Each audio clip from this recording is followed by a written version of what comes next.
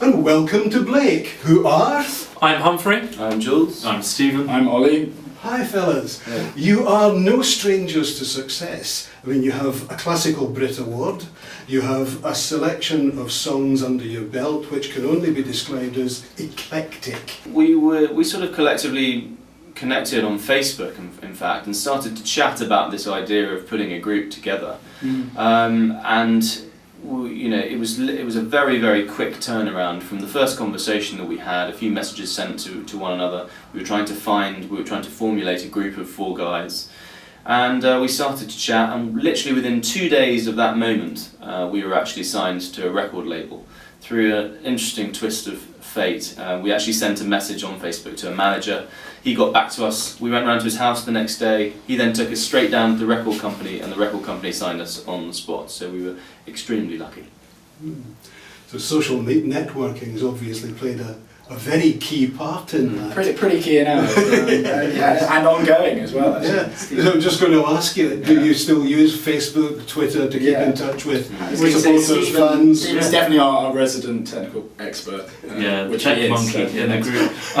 Yeah, we do. We use Facebook, we use Twitter a huge amount as well, and across Facebook, Twitter, we've got about 25,000, 30,000 followers. From all over the world, because we tour constantly, not just in the UK, but in the Philippines, in China, in Australia, Japan, all over the world. So we pick up new followers and new fans of what we do in different parts of the world. So the lovely thing is that those people who get involved with our social media here in the UK and get involved in all the conversations about the new albums and new tours, they actually meet people from other countries as well. So we're creating a Blake community that's worldwide. We're coming to the end of 2012. So where has your music taken you over the last 12 months? Well, it's taken us in a... Well, I mean, musically we've been taken in a very exciting direction. So our new album, Start Over, came out in November the 5th. So I'm sure you've all got a copy, and if you haven't, then go and buy one for Christmas right now. It's called Start Over. So that musically has been very different. We've worked with Michael Bublé's band, some massive international producers.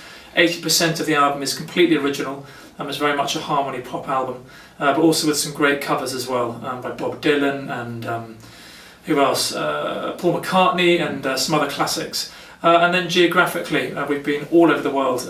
As the guy said, Philippines, China, USA, Australia, Japan, South Africa. There aren't many that I can't mention that we're not in at the moment. So we're away now, it's December, we're missing Christmas, but we're singing somewhere hot and nice, so I hope you're well in a cold England.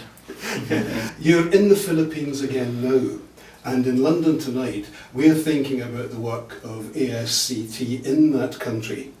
Tell us, what do you find special about the Philippines? Because it's obviously important to you. Yeah, I mean, it's become probably one of the most favourite places that we've been to, and actually it's, you know, we've been going there for what, a year and a half, isn't it? And quite a few times in we've been around the world, and we've never encountered the warmth that we've encountered by the Filipino people anywhere else in the world.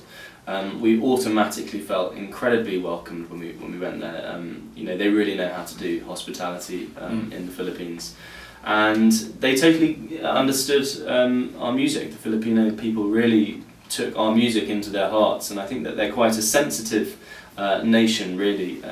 I'm generalising, but they do seem to be very sensitive, and our music really lends itself to that, because our music is quite sensitive in its nature. They seem to connect very emotionally with music, and particularly with the lyrics. They sort of think everything through a little bit, not overthink it. It's very important not to sort of overthink music. They sort of take it as it is, and they take you as you are, and they take everything at the value at which it's meant, not always, you know. Sometimes particularly with European audiences, there's, you know, they can stomach certain things, or you get labelled as, certain tracks can be labelled as that's too cheesy, or the words aren't right, or whatever. The Filipino people are far more likely to just accept it in the way it's meant and have an emotional connection with it. And whatever you're doing there, of course, it's always so much more fun in the Philippines. We have discovered that. Whether you're singing in the Colosseum in Manila, or as we were in Palawan enjoying the beaches there, everything's more fun. We love it. We love The it. mangoes of Cebu. Yes. Oh, the mangoes. So what further enjoyment does 2013 hold for you? Oh, a lot. Goodness me. We're just launched in China. Yeah. We launched in China this year in 2012. We're returning for our first sort of full tour. We were lucky enough to sing at the International Film Festival in Shanghai and do 4 concerts in different cities around China, but we're now returning in 2013 for a more considerable tour, maybe 10 to 20 dates over 2013, as well as hopefully touring in Australia, obviously back home in the UK, and maybe in the US as well. So continuing the international theme and spreading our music around the world. Wonderful. Well, thank you very much for your time this evening. Pleasure. From London, we wish you a very successful tour in the Philippines. Thank you. If you can possibly get the time, please do look up the Mango Tree House and the children there. I'm sure they'll be very delighted We will. to see you. Absolutely. Thank you. Thank Pleasure. you. Merry Christmas. From very warm Philippines. Merry Christmas.